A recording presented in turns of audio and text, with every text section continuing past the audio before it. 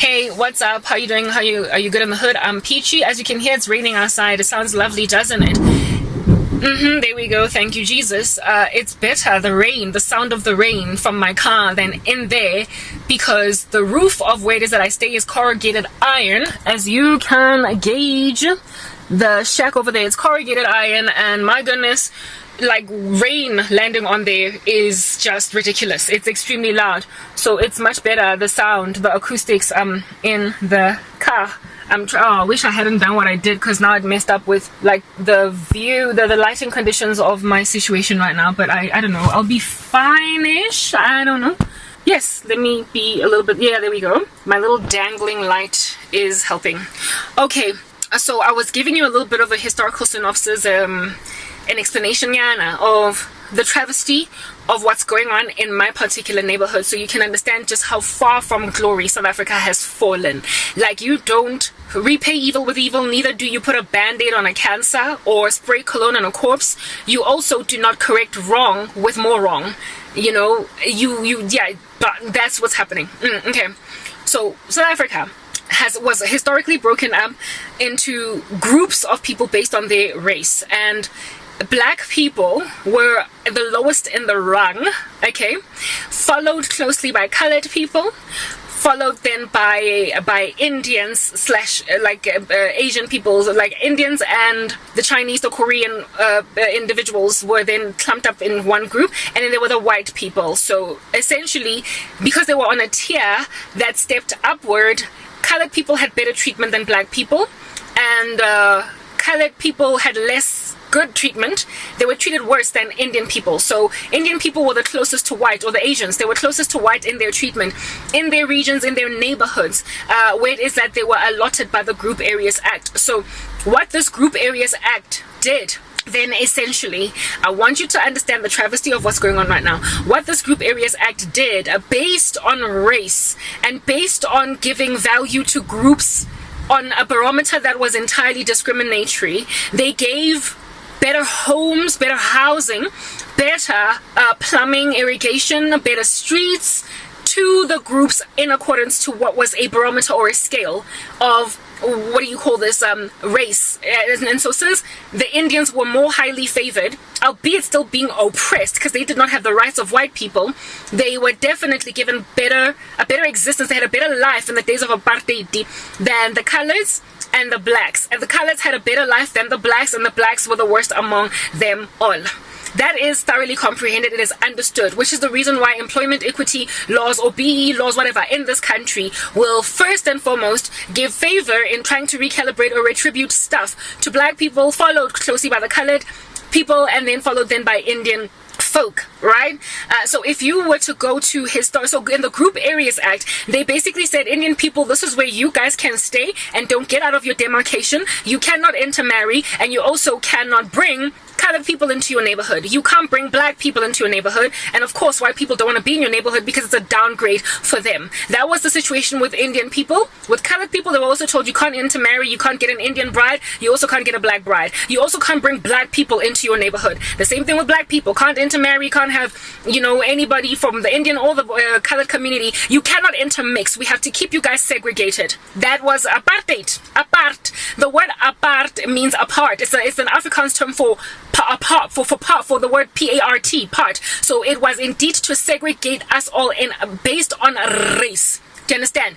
That's what used to happen in the days of Apartheid. So under Group Areas Act, because they gave Indian people a better standing than colors and blacks, colored people better standing than blacks, and black people were the worst off when it came to infrastructure, when it came to building of roads, when it came to building of houses, supermarkets, whatnot. Essentially, just catering to the people on the ground, your countrymen as a government. They gave us scraps. It was like not a ripple effect, but what is this, a waterfall effect? You know how with the waterfall effect, whatever is at the uppermost gets the baddest and best kind of source of water.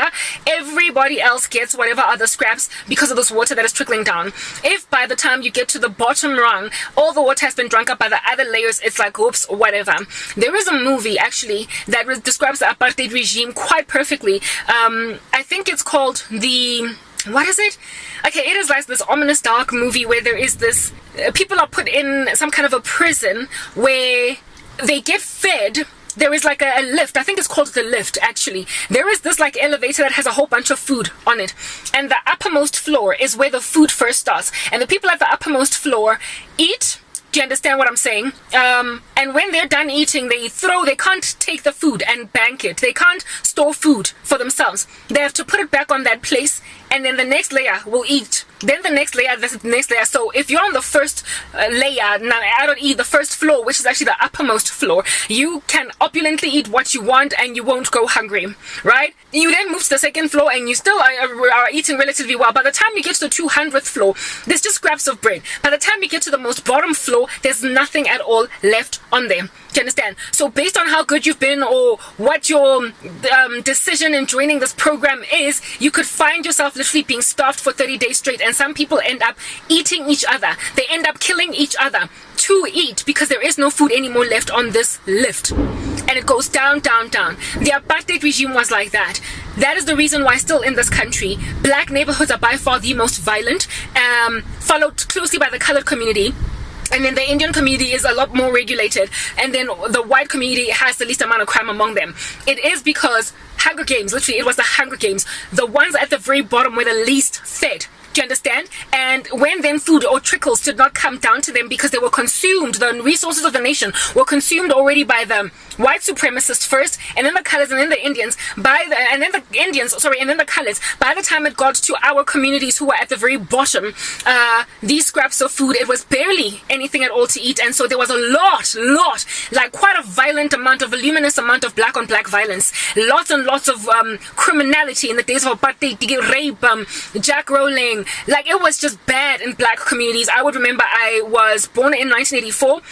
That was basically the tail end of apartheid, and I got to observe firsthand black on black violence. So in these group areas that were segregated, Soweto was like a historically black only neighborhood. Largely they have stayed historically what they've always been, but there are people that are of a different race that do live now in those areas because of having lifted these oppressive regimes. But naturally people will likely more than anything gravitate towards the areas that were loftier in this trickle effect. They would migrate rather to white neighborhoods and previously Indian neighborhoods in comparison to going to the black ones or the colored ones, because they were run down, not because black people did not want better infrastructure, but because that's what they were given, scraps. So streets, and so in fact, the streets of Soweto were not even, there were none. There was gravel. Like, for the longest amount of time, I just remember as a kid growing up where we were driving our vehicles, the vehicles of my